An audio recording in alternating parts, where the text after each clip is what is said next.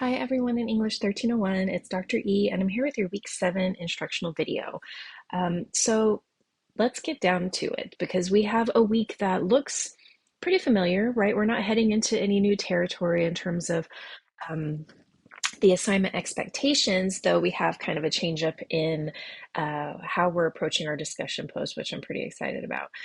So this week you do have two chapters to read. One is quoting, paraphrasing, summarizing, and the next is giving credit and avoiding plagiarism. These are really approachable chapters that, again, our editors have put into context and have added great kind of examples and descriptions because these can be very overwhelming topics for us because research, academic writing requires that element of research. And along with that comes fears regarding plagiarism and the need to really make sure that we are giving credit where is necessary and that we're doing that properly, right? So hopefully this helps with any of that kind of nervousness you may have associated with research in general. And we can kind of utilize that information moving forward in our writing. Okay, so we do have a discussion post that's due on Thursday, and you have responses due on Sunday. Remember that that little plus sign before and after the points means that it is not required to have those responses. It is bonus credit that's built into our schedule. I always urge folks to take advantage of this now because down the road, we do have other bonus credit options. But once we get into the last kind of 2 weeks of the semester is when I get a lot of panicked emails and conversations, and I don't round up grades just because we have these bonus options available. So, take the time to really take advantage of those things now so that down the road you're not kind of wishing you had. Okay. And then we do have our participation quiz. Okay, let's jump down to this discussion for this week. I do want to note before we get into it that like I'm going through and reading and responding to some ideas from last week's discussion based on our writing process. Let me pause to cough. Hold on. And I'm just kind of loving what y'all are sharing in terms of your writing process because some of you fully admit that you know sometimes the writing process gets away from you, or sometimes you still feel as though you're stuck in this mindset that we've learned early on about this very formulaic, very set method to approach our writing. And oftentimes we're taught that writing is very linear, right? Like we need to follow that set process. And if we step out of line with any of those steps, it is somehow wrong, right? I'm using air quotes, wrong. Um, there's just no right or wrong way to approach our writing, especially academic writing, because every assignment we have is going to be a little bit different. We are going to be in different places with every writing assignment. What feels good in terms of our approach for one thing is not, it's not a one size fits all for all of us as individuals, but it's even not a one size fits all for each individual assignment, right? So I want us to really go back and think about Irvin's article where he identifies, those myths that we have surrounding writing. Um, so many of which we carry along with us, and we really need to do the work to dispel those myths, right? To, not give them any more power when it comes to how we approach our writing, and focus on what works for us, right? For some of us it means that linear process works. That's what we need. That's how our brains operate. We need to create an outline. We need to follow that outline. For some of us it means we do a lot of sitting and thinking. We mull things over in our minds before we even get started. So a video of me when I go to start the writing process would look really unproductive. If somebody had a camera on me, it would essentially be me staring at a screen, right? Because I'm thinking things through.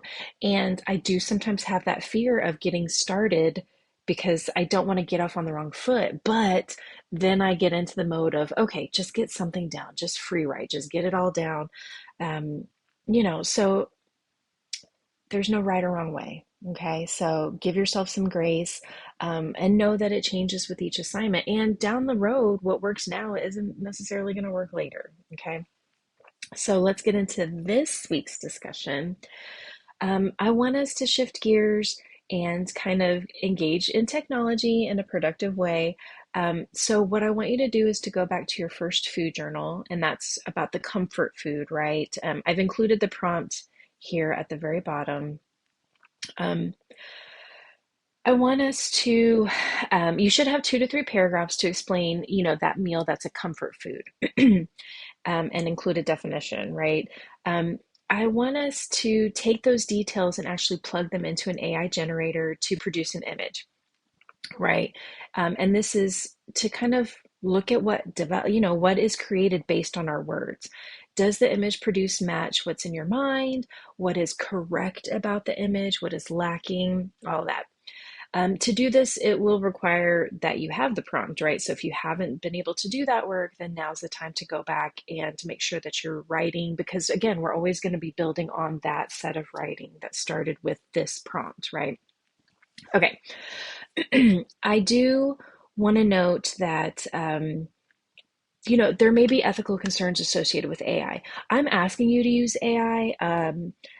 Often in academic spaces, it's discouraged, but this is, using our own ideas and our own writing to create an image. But there still may be concerns.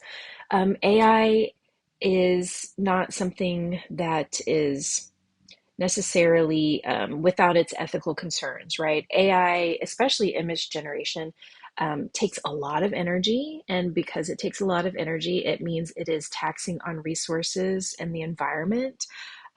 These servers that are used to produce AI content require a lot of water to keep them cool.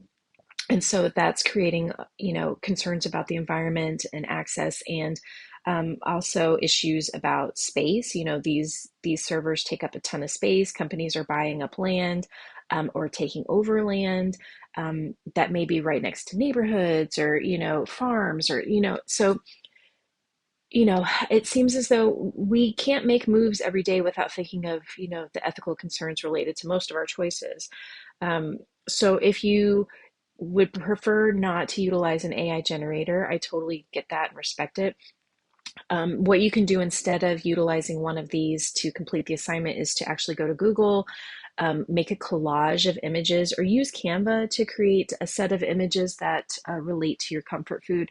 I want you to understand that even utilizing Google to search or using Canva to create these images involves some level of AI, right? But it's not necessarily the same as utilizing them for a specific image generator, right? Searching is not going to be the same as creating the image. Okay, so I want you to go back to that first journal entry and revise and edit it as needed, and pick one of these AI. You can use any AI generator. These are just free options. And I want you to copy and paste your 2 to 3 paragraphs into the image generator, and be patient. It takes a while to produce an image. In addition to, any of the ethical concerns associated with AI, there's also if you do this, you are putting your work out there, right? So again, if you have concerns about that, then there's that alternative method. I want you to tell your audience which generator you used, as well as the paragraphs. And then once the image has been produced, you're going to copy and paste that with your 2 to 3 paragraphs into the discussion board, and then upload the image, right? So I have an example here just to kind of show you how to approach it. Finally, I want you to write a paragraph that identifies how the image kind of either really aligns with what is in your mind or how it differs. So really, look at that image and ask why and how, right? What details could you add both to help the image be more clear and to help your audience, right? So this whole process is for us to kind of get a sense of, okay, we're utilizing this language in our writing. How might this look in other people's minds as they're reading it? Do I need to add more descriptive language? Do I need to take out something here or there? So it's just asking us to kind of examine our own writing and our own description. Okay, so you'll start a new thread, but here is my example. Okay, so I have revised my text here, my 2 paragraphs, and I utilized ChatGPT, and this is the image that it created, right? So I asked it to create a pop art image. You can specify what kind you like. So if you utilize I'm going to go back.